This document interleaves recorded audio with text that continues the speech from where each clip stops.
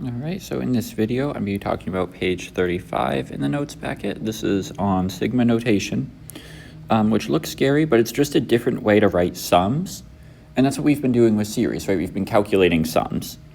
So it's really just one added step of we need to translate the sigma notation, which looks like this, into a sum, and then we can work with it because we know how to work with sums. So basically what this notation says is we have some function n, and we have n ranging from value 0 up to k.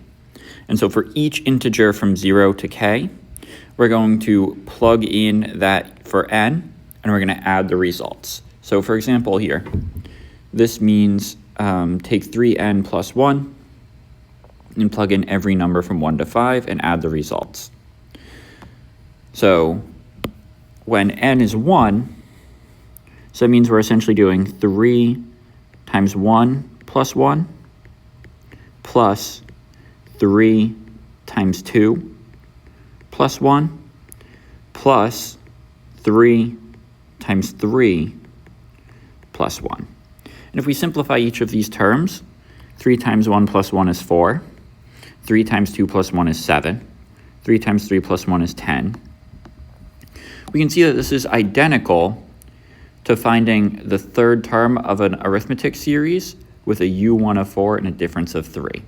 So the only first step here is translating from sigma notation into a regular sum, and then we can use what we already know to actually evaluate that sum. So for example here, we have from 0 to 6 of 5 times 2 to the n. Well, that's the same as saying 5 times 2 to the 0th, plus 5 times 2 to the first, plus 5 times 2 to the second, plus 5 times 2 to the third, plus 5 times 2, 2 to the fourth, plus 5 times 2 to the fifth, plus 5 times 2 to the sixth. And if we write this out, evaluating each of those terms, we're going to get 5 times 1 is 5, plus 5 times 2 is 10, plus 5 times 4 is 20, plus 5 times 8 is 40.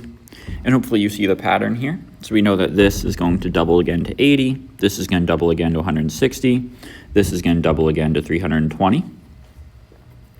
And so we can just add all of these numbers up, right? In fact, let's actually do that. So let's do 5 plus 10 plus 20 plus 40 plus 80 plus 160 plus 320, and you get 635.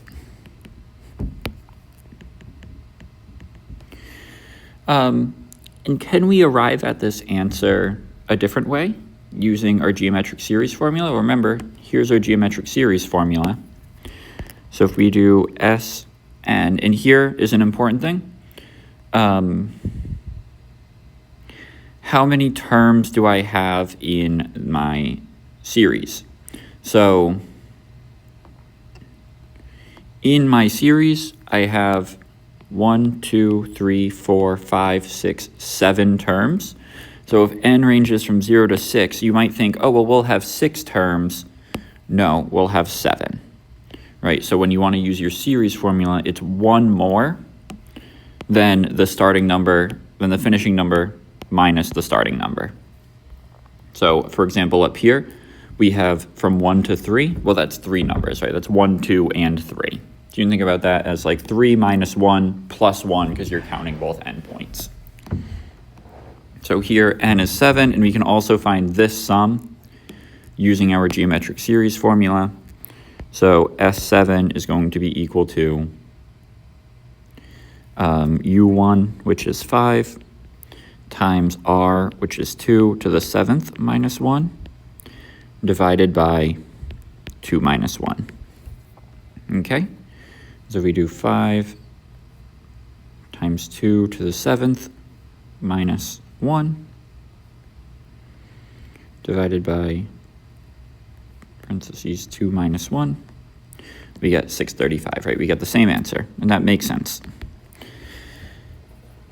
So down here we have 2 practice problems. like I said, the first step is to determine if it's geometric or arithmetic.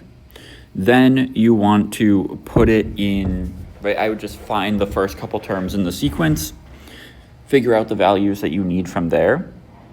And then you can kind of solve it in the way that we already know how to solve formulas. So for example, the first three terms in this sequence are going to be, right, when n is 0, that's 4 times 0 plus 7. And then the next term is going to be 4 times 1 plus 7 plus 4 times 2 plus 7 plus on and on and on. And so that's going to be 11 plus, oh, no, sorry, that's going to be 7 plus 11 plus 15 plus dot, dot, dot. As we see, this is a arithmetic series, and we know that n is going to be equal to 70 here, because it ranges from 0 up to 69, and we want to include both the 0 and the 69, so we need to add 1, so it's a total of 70 terms in our sequence. So then we can find the 70th term in our sequence by going u70 is equal to 7 plus our common difference, which is 4 times 70 minus 1. So that is 7 plus 4 times 69. 7 plus 276 means that our final term here is going to be 283. And that means that the sum, right, if it's an arithmetic sequence, then our sum is n over 2 times u1 plus un, which means S70 here, because we have 70 terms, is equal to 70 over 2 times our u1, which is 7, plus our u70, which is 283. So that is 70 over 2 times 290. So we go 35 times 290. You get 10,150.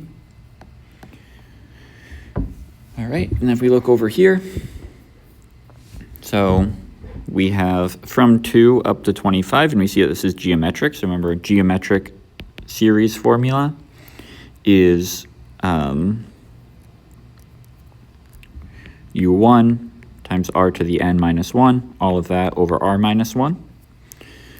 So when we plug in 2 here to find our u1, so remember our u1 here is going to be the first term when we plug in 2. So that means our u1 is going to be 600 times 1.2 to the 2 minus 1. That is going to be 720. Or a u2 is going to be 600 times 1.2 to the 3 minus 1. So it's going to be 720 times 1.2. That's going to be 864.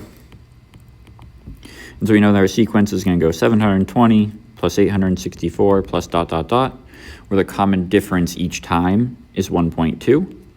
Well, so we can do that with our geometric formula. We just need to figure out n, and we can see that if we range from 2 up to 25, including both endpoints, so we would then have 23 of a difference between them, plus both endpoints would mean that n would be 24. Right, just like reminding how from 1 to 3 up here was 3. It was 3 minus 1 is 2, but then plus 1 because it's 1, 2, and 3. So when you count both the endpoints, you need to add 1 from the difference between the two. So that means that S24 is going to be equal to 720 times 1.2 to the 24th minus 1 over 1.2 minus 1. You go to the calculator, 720 times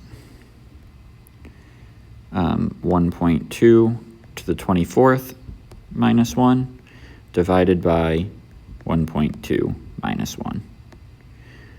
And that comes out to be 282,500 588.65. So 282,588.65. All right.